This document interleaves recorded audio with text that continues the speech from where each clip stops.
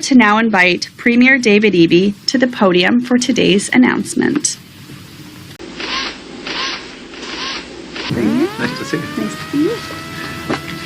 Thanks, Brittany. Great to see everybody here today. What a beautiful day in Victoria. I thought it was a nice day in Vancouver, but boy, even nicer over here on the Victoria side. It was a profoundly difficult week for British Columbians last week, following the attacks after the Lapu Lapu Festival. Over the weekend, there were memorial services, and I want to thank those who organized them and hosted them. We had a very moving memorial mass at the Holy Rosary Cathedral in downtown Vancouver. I know there were other ceremonies across the province marking this horrific tragedy, and I know the British Columbians are standing with the Filipino community, with the families of the victims, and those who are still struggling in hospital. We're thinking of you.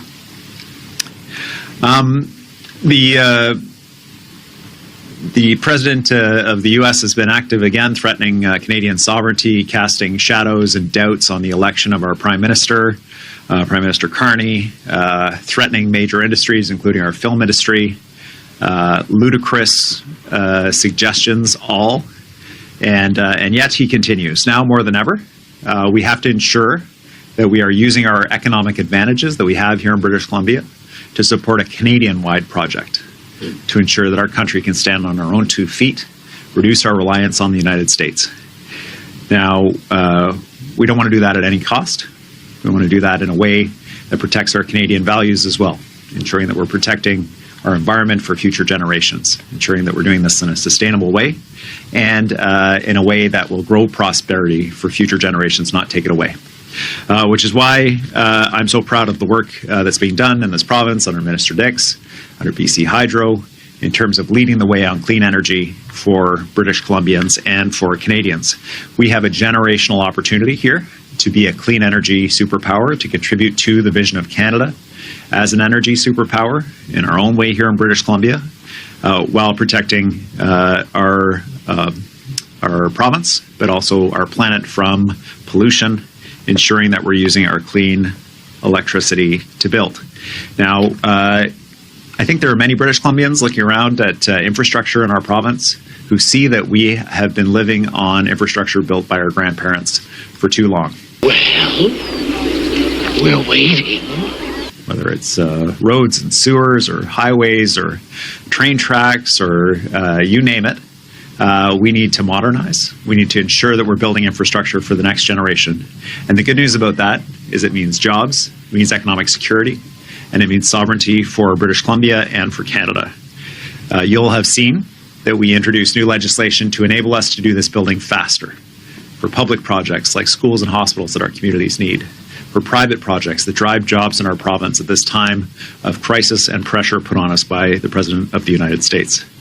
It also includes legislation that allows us to build electricity faster, transmission lines, as well as generation right across the province.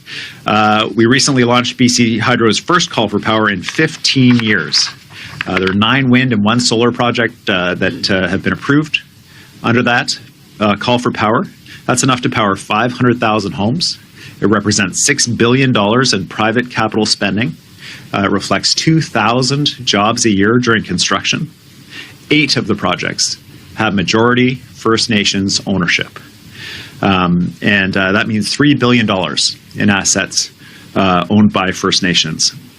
So provide clean, cheap electricity to grow projects in our province and to reduce our carbon pollution at the same time as we produce clean materials that we know the world needs. This is all key to our vision of ensuring that British Columbia is the economic engine that drives a sovereign and independent Canada, and my message to the Prime Minister has been consistent with that. We need a strong federal partner in this work. We know that BC will play a crucial role in the vision of an independent Canada, everything from our ports to our resources and, of course, our clean electricity. The announcement today is consistent with that work. We're launching an ambitious new strategy to harness our clean energy advantage. This includes a second call for power with the goal of powering more than 500,000 more homes with clean electricity in this province. Through the plan, we're going to boost our clean energy supply. We're going to create employment for British Columbians right across the province. And this includes thousands of family supporting jobs, and will support industry across the province with cheaper energy so that they can not only reduce pollution, but increase the prosperity of everyone in the province. This will help keep rates affordable while building our collective wealth as a province. This is about powering our future, reducing pollution and securing a strong and prosperous future for the next generation, building strong economies, and doing it in a way that works for everybody in the province. We can do this if we work together, and we will work together, British Columbians and Canadians alike, as we ensure that we're not only standing up to the threats coming from south of the border, but that we're actually building a country that is strong and free and proud and powered by clean BC electricity. With that, Brittany, I'll turn it back to you.